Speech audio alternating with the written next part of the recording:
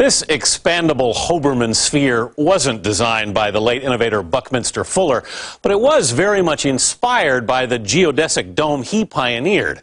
And you never know where one of these domes will show up, as Dean Reynolds now demonstrates.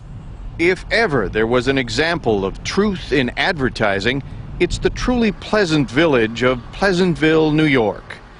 Yet nestled amidst the tidy Tudors and quaint colonials, you'll find this, the proverbial round peg in a four-square suburb.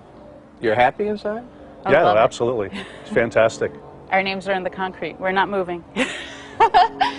For Bruce and Dina Nelkin, this is Dome Sweet Dome, a pair of geodesic domes, to be precise, built of styrofoam and steel inside a concrete shell. They're the most energy-efficient structure known to man. They're also hurricane-proof, earthquake-proof, tornado-proof, and with the construction we did, fireproof on the exterior. You might think you're looking at the home of tomorrow, but the dome as a home has actually been around for 50 years. The brainchild of a 20th century genius whose imagination carried him years ahead to things only he, our Buckminster Fuller, could imagine. Nature's formulations are just, to me, absolutely unbelievably magnificent. I'm not trying to imitate nature, I'm trying to find the principles she's using. Who or what was he? I have to answer in his words, which will only scare you. He was a comprehensive, anticipatory, design scientist. But his daughter, Allegra Fuller Snyder, prefers another description for the man universally known as Bucky. Daddy was an incredible teacher, and I happen to be privileged to be one of his students.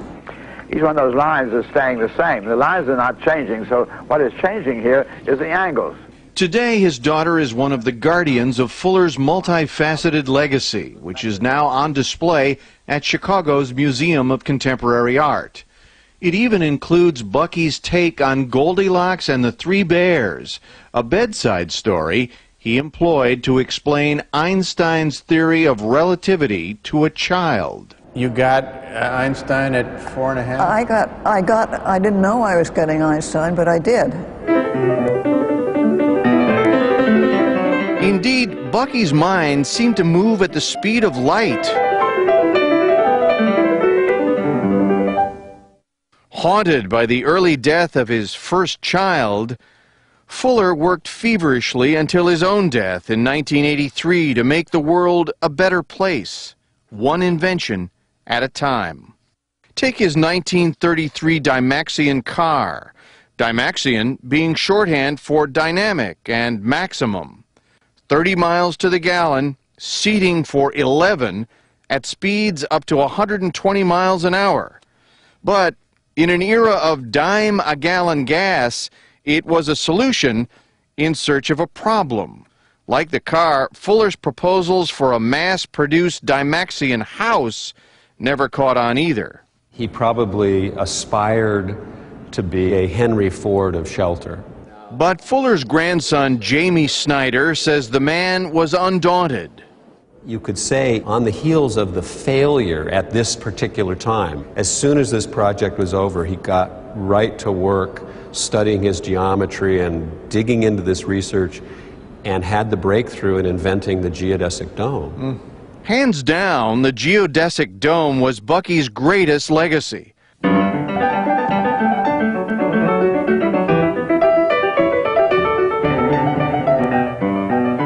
Following nature's own blueprint, domes can shelter enormous spaces using minimal materials.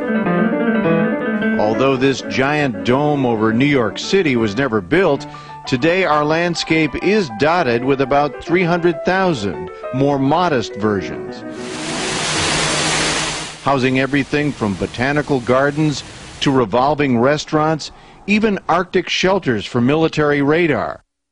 But most of all, Bucky wanted his domes to house us. He never strayed far from the problem of low-cost housing. The thinking of the total world, thinking of the world as an integrated system, thinking about our interconnection, thinking about shelter, not a local problem, but how do we house 1.5 billion people that don't have proper shelter.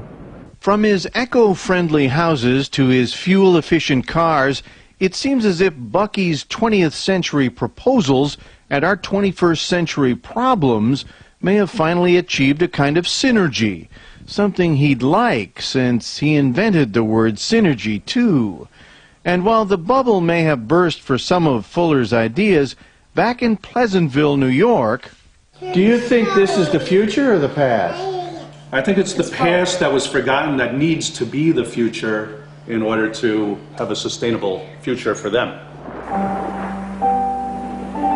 Bucky loved to point to the image of the Earth as seen from space. To him, it was a reminder that here, under the great big dome of the sky, we are all in this together. People say to me, I wonder what it'd be like to be on a spaceship. And I say to you, you don't really realize what you're doing. Because everybody is an astronaut. You all live aboard a beautiful little spaceship called Earth.